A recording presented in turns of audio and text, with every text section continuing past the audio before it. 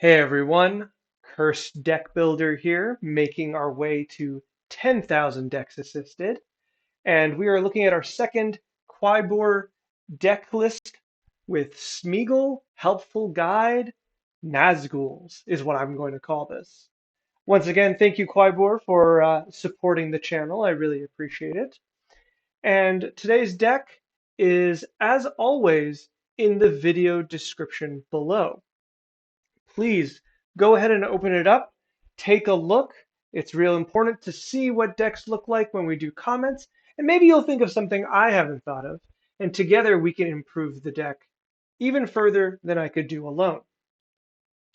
So in Quibor's message about the deck, they said that they wanted a deck that is mainly about the Nazguls in here, while trying to trigger Sméagol as much as possible. Their goal was to be able to basically, through death triggers, flicker the Nazguls as many times as humanly possible to create basically a infinitely strong board of Nazguls to attack their opponents. Is that feasible? Can we do that? Let's find out. So who is Sméagol Helpful Guide, and why are we using them in this deck? Well, Sméagol Helpful Guide is 3 in black and green, 4/2 Halfling Horror that says, at the beginning of the end step, if a creature died under your control this turn, the ring tempts you. And whenever the ring tempts you, target opponent reveals cards from the top of their deck until they reveal a land. They mill those cards out, and you get the land. So Sméagol is a kind of an Aristocrats payoff with ramp included, and also enables you to get tempted by the ring regularly. The card that works with them, I'm going to take a moment to bring attention to, is Nazgul. Nazgul is a 1/2 Wraith Knight for 3 mana and black, Death Touch, and says whenever Nazgul enters the battlefield, the ring tempts you, and whenever the ring tempts you, put a +1/+1 counter on each Wraith you control. And you can have up to 9 Nazgul. Fantastic. I think this is already a really good suggestion for the deck. I think it works really, really well in the sense that Nazguls already benefit from the ring tempting you and tempt the ring, themselves. And in addition, having 9 of a card in Commander is like around the size of what I call packages. Like an Aristocrats package could be X number of cards. But most card packages are between like 5 to 10 cards usually. And having 9 of a card is really, really good because it just kind of exists as a package within itself. So our goal here is to get the Nazgul out with Sméagol and push for a victory by tempting ourselves with the ring over and over again. So with that in mind, what can we do with this deck to improve the chances of that? Now, I don't think there is a reasonable way to have infinite reanimation triggers in these colors. There's probably a really, really convoluted way that's like a 10 card combo, but I think that would probably reduce the strength of the deck. So we're going to find other ways to get to that point. So first, let's take a quick look at our curve. And we can notice our curve is a little messy. Now, we can already see the three cost column, I guess. Sorry, my brain is pretty big, mainly because our commander's in there, and we have 9 Nazgul in there. That does very much so increase the number of cards here. So we have to be a little picky about our 3-drops. But we can also see as we roll off the 9, we have a lot of 7-drops, an 8-drop, and a 9-drop, none of which are reduced in cost. What you see is what you get. Now, we are a ramp deck, but we're not a traditional ramp deck. We're really getting, ideally, an extra land, every turn. And yeah, there's some really cool shenanigans we could be doing later in the game to get us 2 lands a turn, but it is not that regular that I think we should be playing these many cards. Because, well, let's use an example, right? Let's take a look at Avenger of Zendikar. Avenger of Zendikar is a really good landfall payoff, right? If you have a lot of lands, you create a lot of creatures, and then as you play lands, those creatures grow. Now, Avenger of Zendikar here is pretty cool because you can sacrifice those plants. But remember, our main game plan is not quantity, it is consistency. In order for Sméagol to trigger, we need one death a turn on our turn. That's like the standard we're trying to make it to. So being able to sacrifice a million creatures could be really helpful, but does have some limitation on what we'll be able to get. So in order for Avengers of Senegar to be good, let's assume we're using it fairly, where we're playing it, we get a bunch of 0/1s, and then we want to grow those 0/1s. In order for that to work, we need the lands to cast Avenger of Zendikar, we need Avenger of Zendikar, and then we need Golem, and then we need a way to get the ring to tempt us. Ideally, that means either Nazgul that we can reanimate repeatedly, or at least that first death so Sméagol triggers. But even then, that's just one extra land a turn.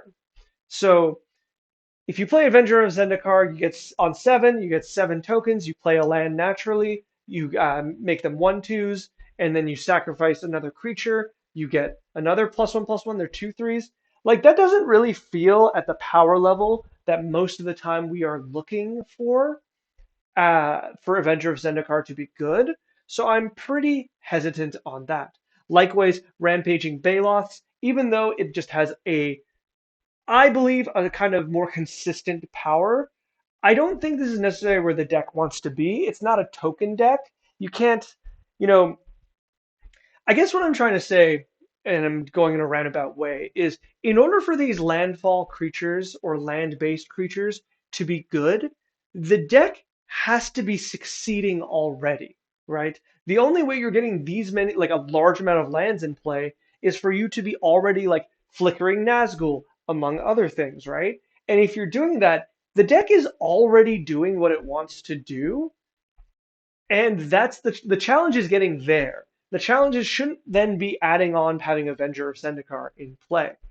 So with that in mind, I'm going to be a little picky on a few of these cards. Greensleeves, Marrow Sorcerer, Avenger of Zendikar, Rampaging Baloths, I don't think particularly fit in here. Shieldred Whispering one is fine, I think.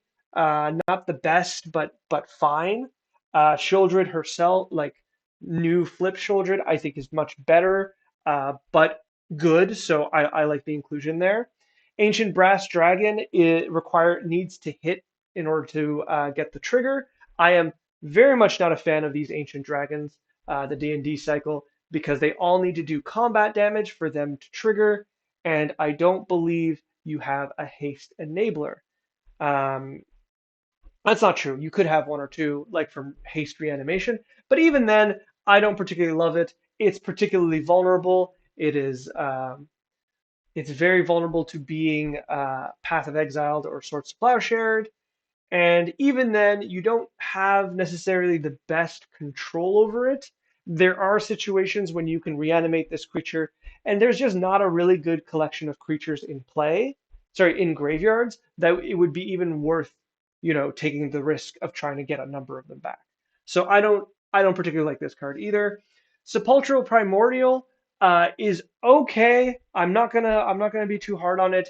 It is just a more regular version of Ancient Brass Dragon because it is on ETB, so you can guarantee the trigger. It works really well with being reanimated itself.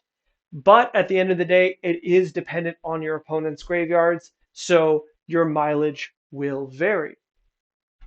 After which, just taking a quick look up here, we have both Decree of Pain and Rise of the Dark Realms.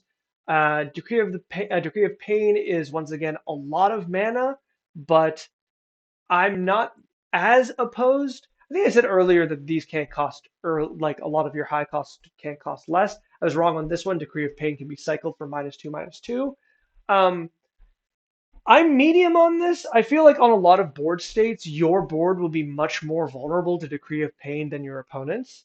If your opponents are dropping like bigger creatures, Decree of Pain cycling, well, it'll always destroy Sméagol, but it also kill a lot of your smaller creatures. And so I don't know if this is the one you want. I think you can't go wrong with just grabbing Toxic Deluge or Damnation and just, uh, not every board clear needs to be asymmetrical. Sometimes just having a board clear is what you want, even if you lose your board. And you're already an Aristocrats deck. You already benefit from a lot of creatures dying. I think it's particularly fine to just get one that just destroys all creatures at a reasonable mana cost and allows you to hold up. Like something that is worth considering is that if you cast Damnation instead of this, you have at least four additional mana to rebuild your board and get ahead on the rebuilding game. Because after every board clear, there comes the time to rebuild. Rise of the Dark Realms also feels like a lot of mana. I would play this or Breach the Multiverse, but I think Breach the Multiverse is just a lot stronger in your deck because you have, you know, you have a lot of chances to hit a Nazgul by milling 10, and I think that's a really big benefit there. Um, but if you really like the flashiness of Rise of the Dark Realms, I'd say you can absolutely play it, but you should definitely play one of these two because they're both very high mana. Shadow of the Enemy. I'm.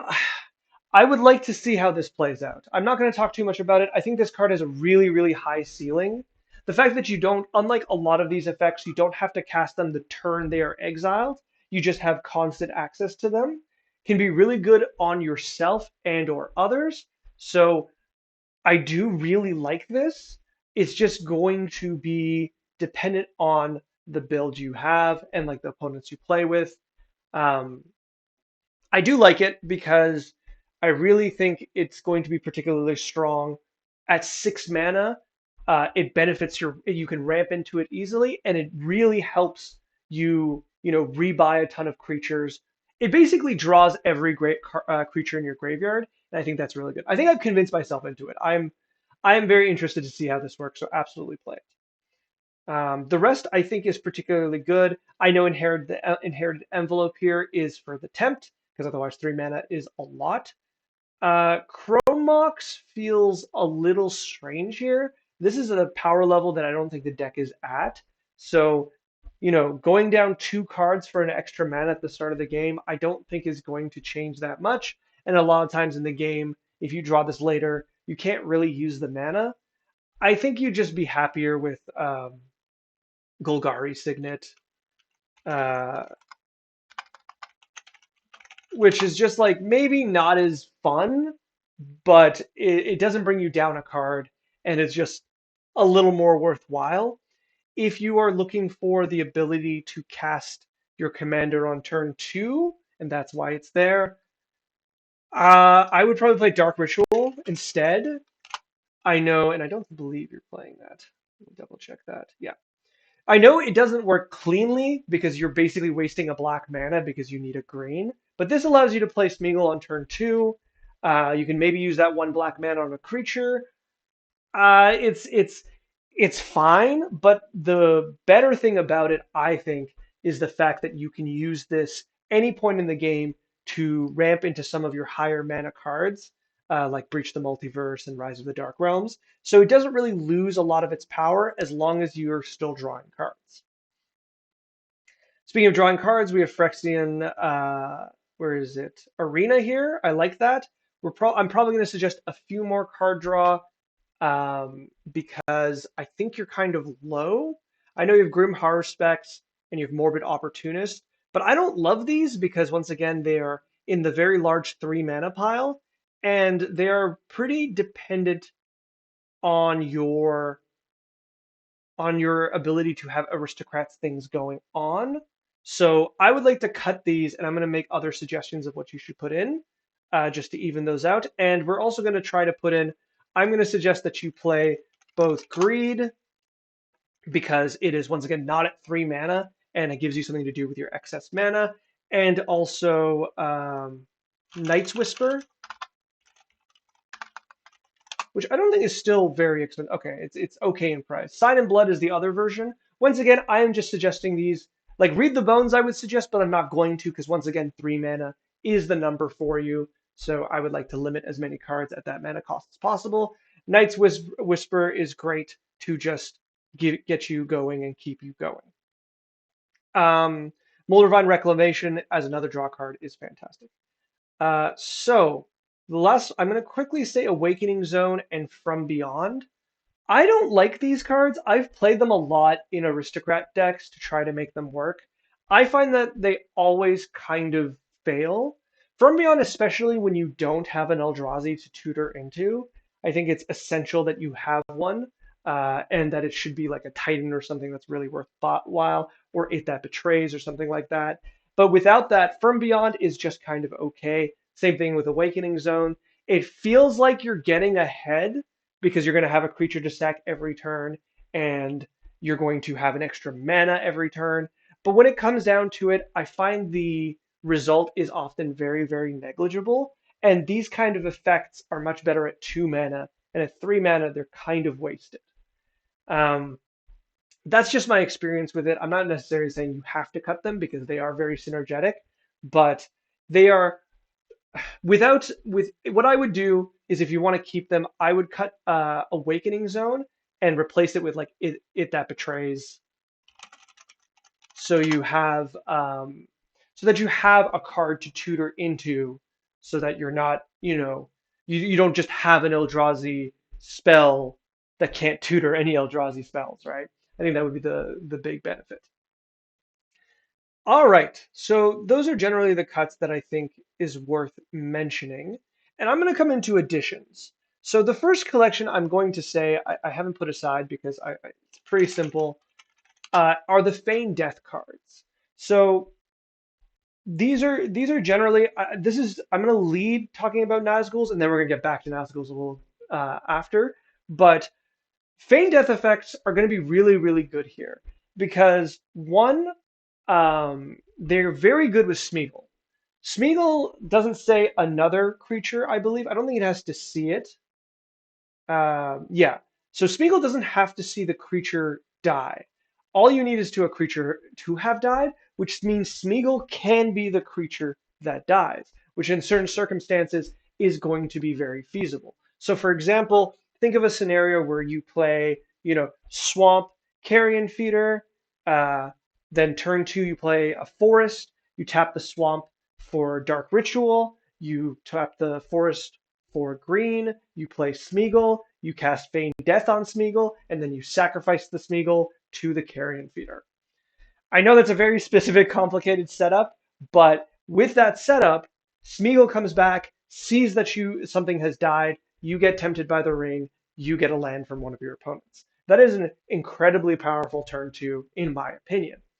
But on any other turn, when you have a sack outlet, Feign Death, and Sméagol, you can get away with this too. This is really good because this allows you to get around exile effects. It lets you get around because you can sacrifice with Feign Death and not let it be exiled. It can get around regular removal. You can get around board clears. But much more importantly, it also works with all your Nazguls. So whenever you lose a Nazgul or you need to reanimate a Nazgul, Feign Death is 1 black, get another Nazgul, which then now reminds me that you aren't playing on Earth. And Unearth is probably very playable in this deck because you have a lot of cards that are worth unearthing, namely the Nazgul. So those would be some of the cards. Those would be just that kind of general pool. So Feign Death effects include Undying Evil, Undying Malice, and I believe there's one more. Undying Evil, Undying Malice, Feign Death.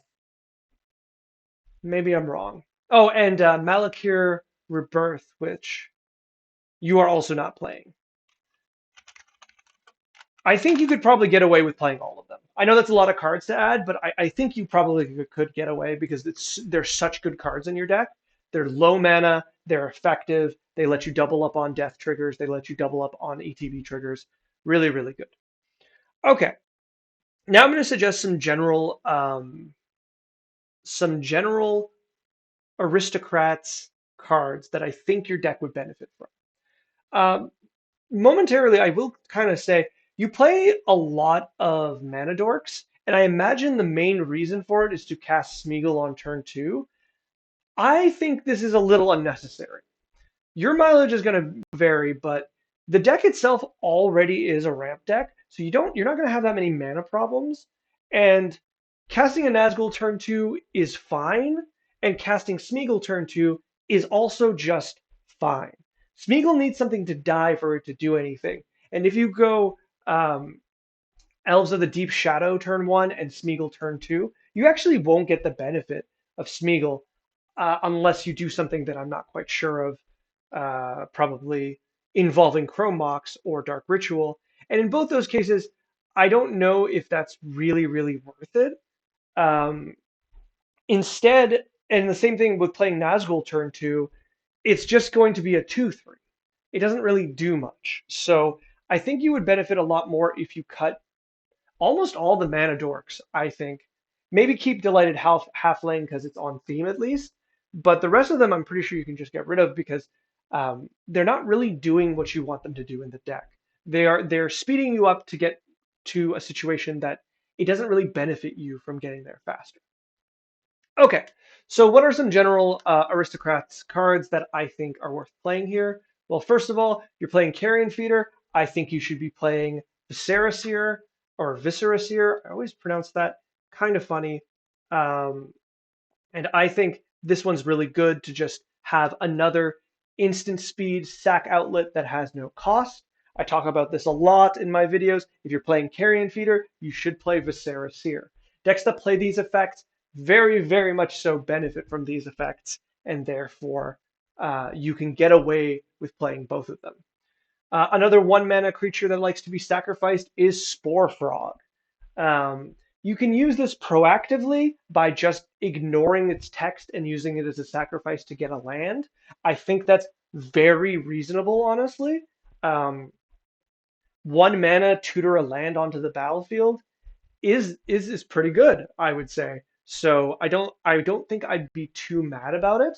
But also, of course, using it as intended as a you know as a card that disincentivizes your opponents attacking you is really, really good. They have to kind of chip away at you, right? They have to attack with just enough creatures that it's worth attacking you, but not enough that it's worth cracking the Spore Frog. Or they're just going to swing at you with everything, forcing you to Spore Frog.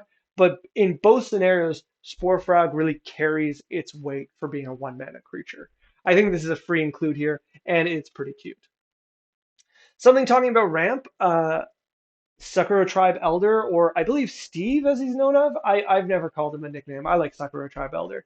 I think this guy is really, really good, belongs in any Golgari Aristocrats deck, as it already represents land ramp, and it triggers Sméagol.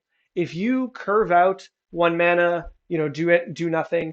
Turn two, you play Sakura Tribe Elder. Turn three, you play Sméagol, and then you sack the Elder, you're going from 3 mana to 5. And I think that's a very nominal, you know, change in mana.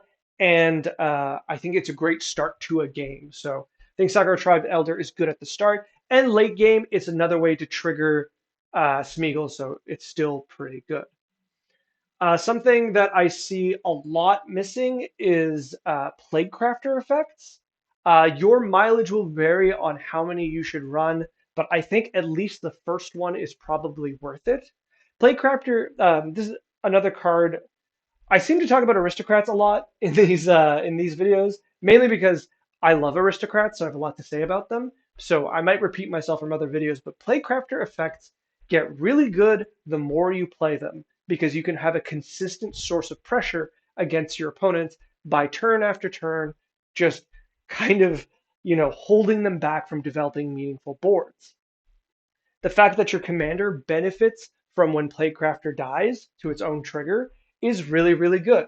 There's a bunch of other cards like this, Fleshbag, Marauders, I think, or or I don't really remember at the top of my head, but there's a lot of 3 mana sacrifice creatures that have this ability, and they're all fine. But Plaguecrafter is the first one you should play if you're playing one because it has the most upside.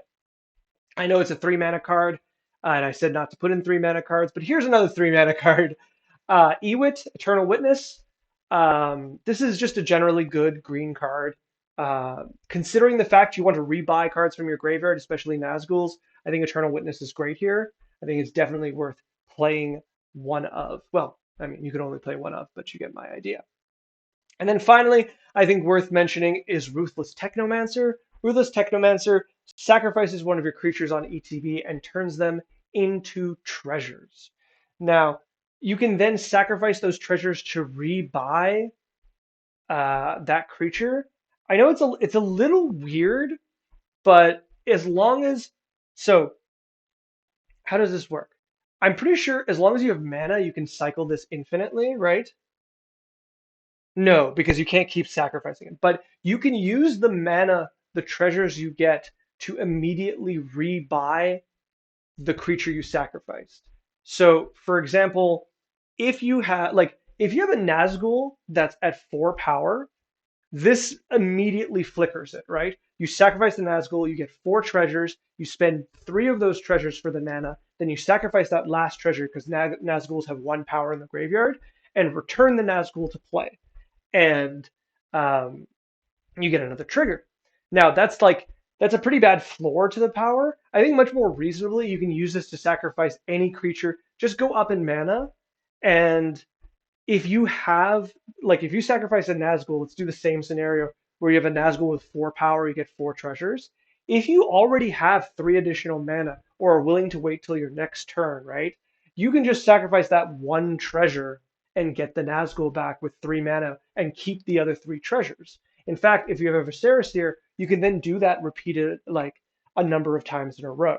So though this doesn't actually give you infinite reanimations of Nazguls, this is a step towards that. It gives you multiple. So I think this is really good as both a method to sacrifice creatures, but also a way to get the most out of your Nazgul.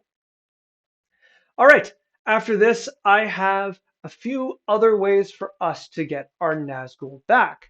These aren't really tricky, they're really straightforward, but they work really well with a bunch of other cards.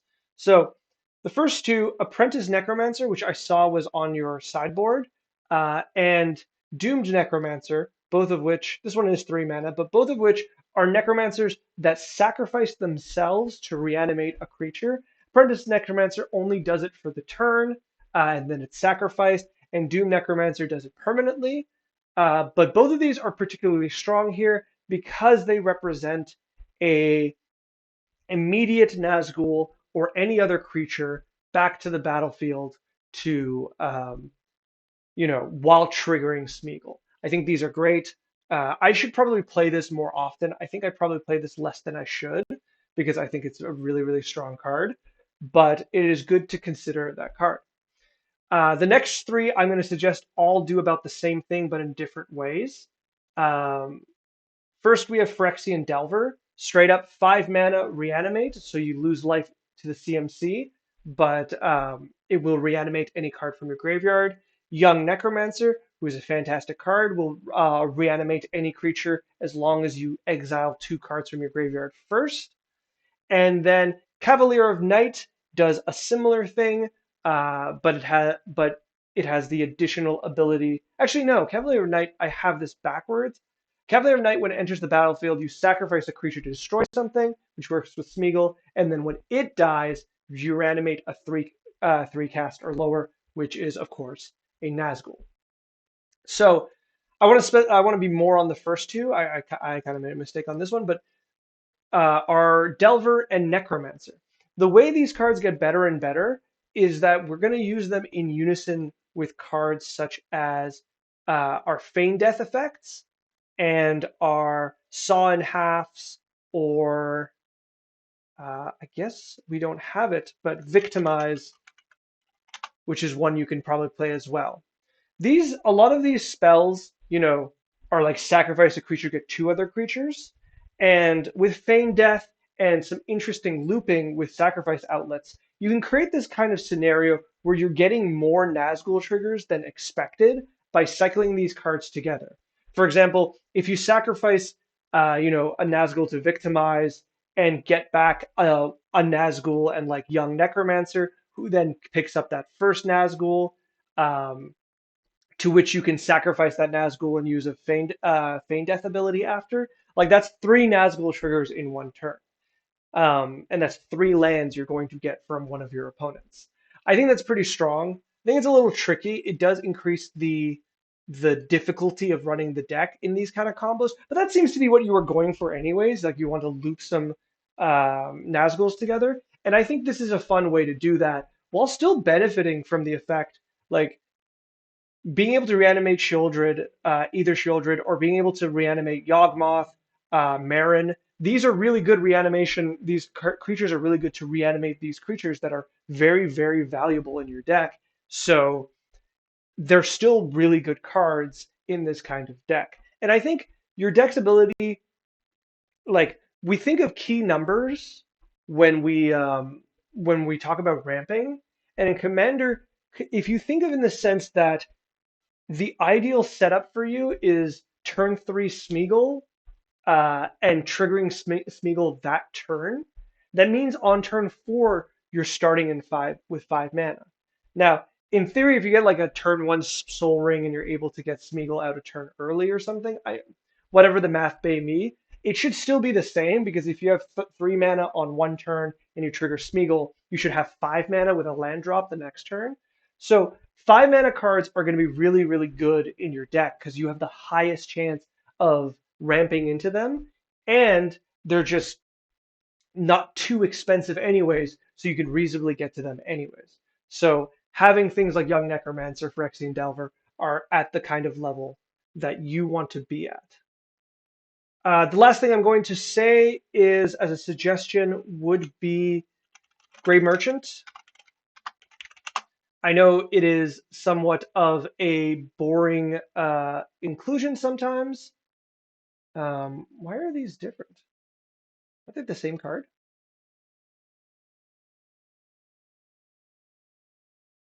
I'm not going to think too much about it. All right, so Gray Merchant is just a generally good black creature. It can be a little boring because it's just so universally powerful, and it does the thing that it says. That you don't get to be tricky with it, you don't get to be unique with it. You play this card, then you reanimate it as many times as you can. You saw in half it, and it does ridiculous damage across the board. Though it is not the main way your deck will win, wants to win, I should say, I think it's still worth playing this card. I think it's just a really, really strong card. And with tutors and other things, sometimes you need games to end, and Grey Merchant is there for you on that. It might be almost too strong in the sense that like you might find yourself like if you end up playing this deck and the power level of the group you're in goes up, you will have to lean on Great Merchant a lot more because it represents a much more consistent win condition of by reanimating it repeatedly than the Nazgul. So there might be the temptation if you put this in your deck that you will use the Nazgul less, but I think I would still run it because then you will always have a fallback if the Nazgul just don't work out for you. You can always tutor into this, you can always draw into this, and still win the game from behind. Just something to be, considering. Once again, it's at 5 mana, which is the number you want to be at in this deck. All right, I hope this helped. I think the deck itself is a really, really good start to what I would consider a really interesting Aristocrats deck. I really love the fact that you went with the 9 Nazgul because if not, that would have been my first suggestion. I think it's a really smart way to play this kind of deck with Sméagol. And otherwise, I think if we just tune the list to have some more generally strong green-black aristocrat strategies, the backbone of the deck will be strong enough to carry the Nazgul plan to enable you to have an alternative win condition outside of, ring tempting. I think you I think you asked as well about the feasibility of Sméagol as a mill commander, or its ability to mill someone out. Uh, I don't think that's possible. I think realistically, you need upwards of 20 triggers to do so, because an average commander deck runs upwards of 30 lands, and a lot of games are decided before they hit 10 lands outside of ramp decks, and ramp decks tend to have more lands to make up for it. So I don't think there's a realistic situation where you will mill out an opponent. However, I will suggest that all your Sméagol targets should go at one opponent. If you are at all interested in milling someone out or doing something disruptive with Sméagol and not just get the lands, you have to target the same opponent every single time. And you want to pick an opponent, excuse me, you want to pick an opponent that doesn't have a graveyard synergy naturally, so don't pick your reanimation opponent.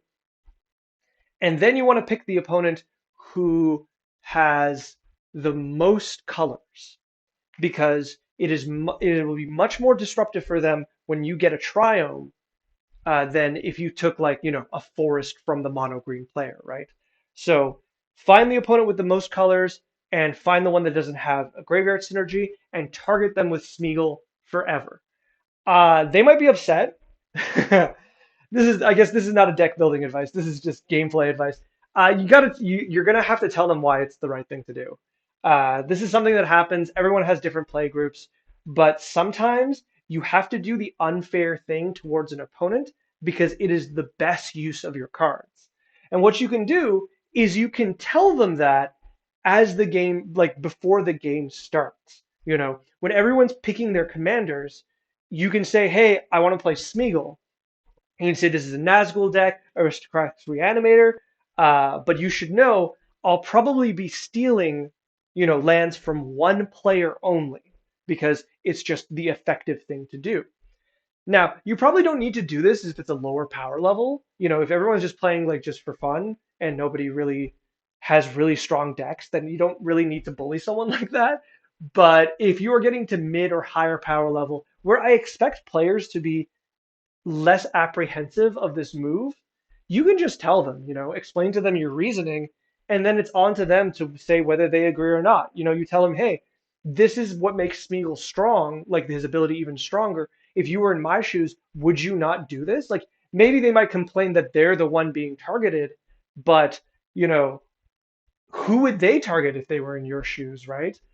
With the highest disruption and the highest chance of getting, you know, certain colors. Now, don't get me wrong. If you need one of your colors, like you need a second green, probably don't target the red, blue, white player. Probably target the green player.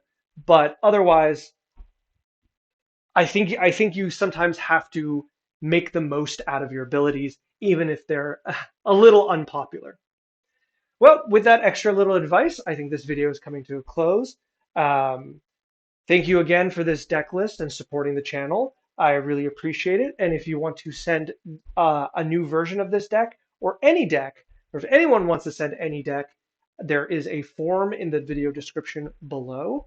And there is also a link if you too would like to skip the lineup and get your deck a video as soon as possible. All right, I am looking forward to seeing more Sméagol. I think Aristocrats with land ramp is a really interesting idea. Good luck.